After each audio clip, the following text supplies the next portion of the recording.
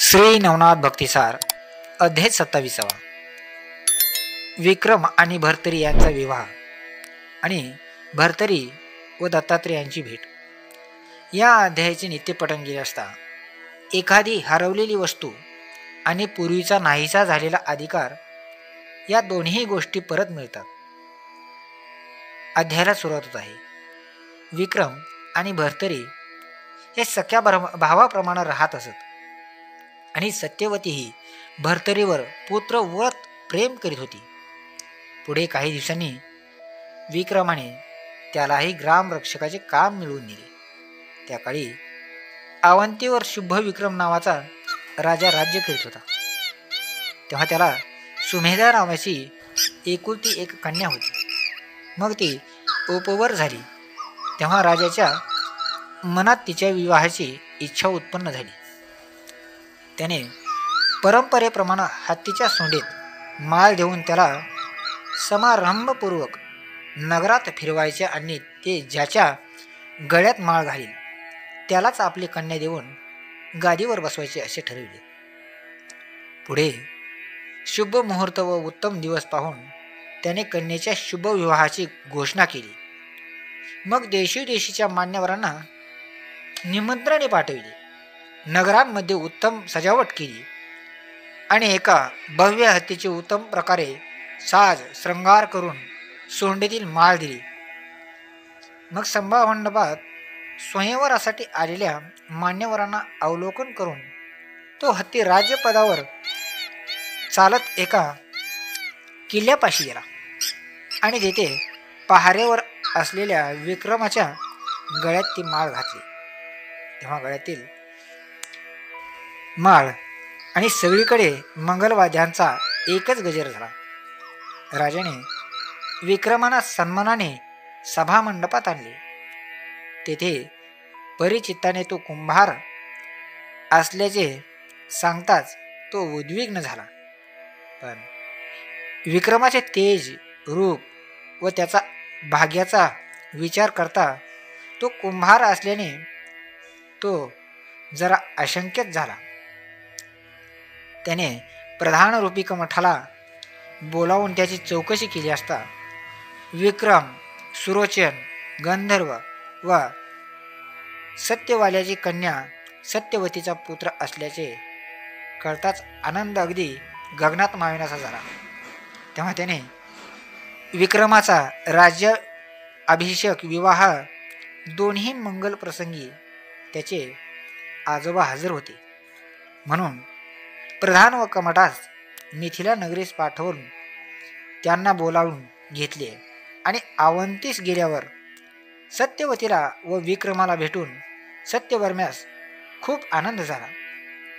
मग एका शुभ मुहूर्तावर विक्रमास राज्याभिषेक करण्यास आला. तेव्हा त्यानंतर त्याने सुमेधावतीशी विवाह केला. या प्रसंगी सत्यवर्म्याने आपल्या नातवाला आपले राज्यच मानधन म्हणून दिले. तेव्हा अशा प्रकारे नगरवेशीवर पहारा देणारा विक्रम दोन्ही राजाचा स्वामी झाला.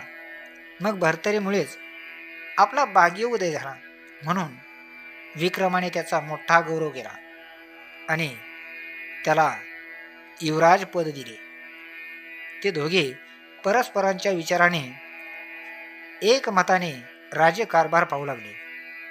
मग त्यानंतर काही दिवसांनी शुभ विक्रमाचा प्रधान सुमती यांच्या मनात आपली कन्या पिंगला यांचा विवाह भर्तरीशी करून द्यावा आणि त्याच्या विचारा आला.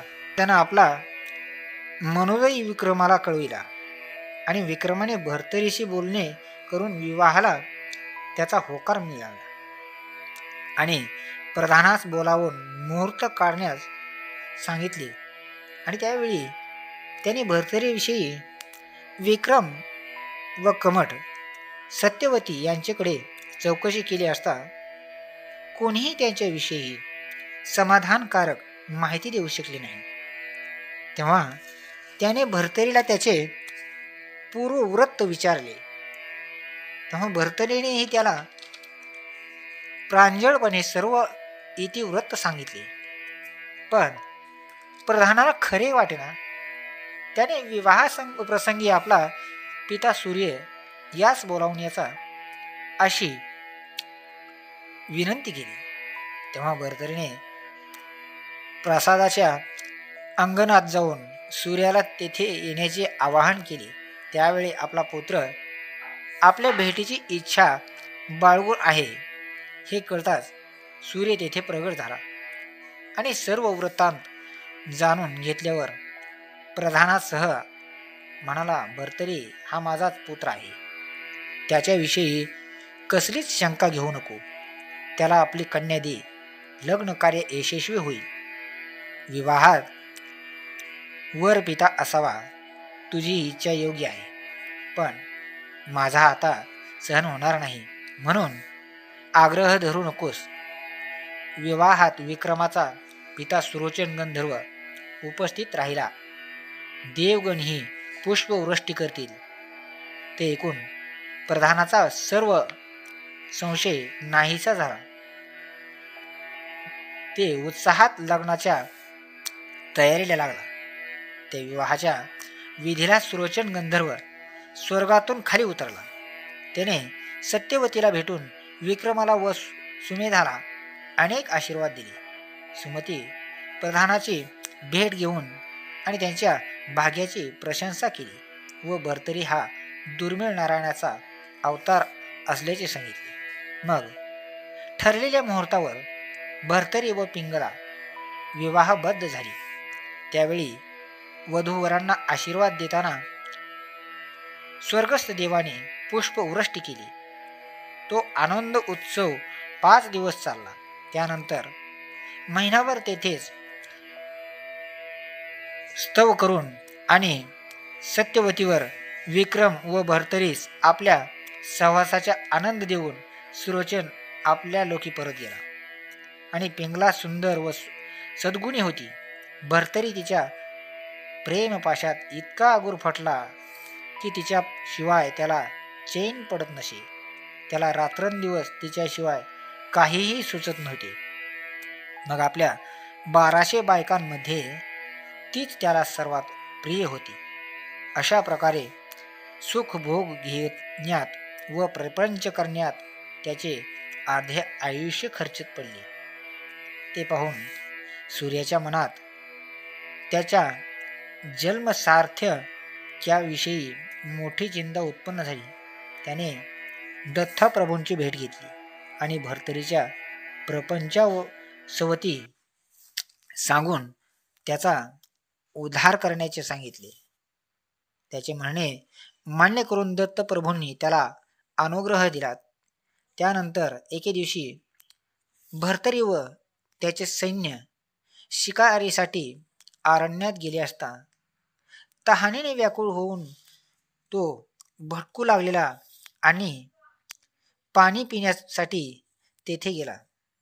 तेव्हा दत्तप्रभूंनी त्याला अडवले आणि म्हणाले, तू कोण? तुझे नाव काय? तुझे माता पिता गुरु कोण आहेत? त्यांच्याविषयी न सांगता पाणी पिताच तुला मरण येईल. भर्तरीने आपली माहिती सांगून विनंती केली. माहिती सांगून अध्याप गुरु नसल्याचे सांगितले. त्यानेच मला अनुग्रह द्या अशी विनंती केली. मग दत्तप्रभूंनी त्याला 12 वर्षाचा संकल्प करावयाचे सांगितले. तेव्हा भर्तरी म्हणाला, माझे संसारातील कर्तव्य अजून बाकी आहे. मी पूर्ण करण्यासाठी मला प्रपंच करण्याची अनुमती द्या. त्यानंतर मी प्रपंचाचा त्याग करून मी येथे तपश्चर्याला बसेन. त्याला संमती देऊन दत्तप्रभू त्यांच्याकडून तसा संकल्प करून घेतला. त्याला मंत्रोपदेश दिला आणि आपले व्रत सांगितले. तेव्हा दत्तप्रभू आहेत हे कळताच भर्तरीने त्यांना वंदन केले. तेच अदृश्य झाले. त्यांचा अर्थ दावा करताच दत्तप्रभू कामधेनू व भोगावती नदीवर तिने पाचारण करून त्यांच्या सर्व सैन्यांच्या अन्नपाण्याची व्यवस्था केली. ते पाहून भर्तरीचे हृदय भरून आले. श्री गुरूंचे स्मरण करून तो अवंतीकडे निघाला. तेव्हा भोगावती व कामधेनूतील स्वस्थानी परतल्या. याचबरोबर अध्याय 27 समाप्त होत आहे.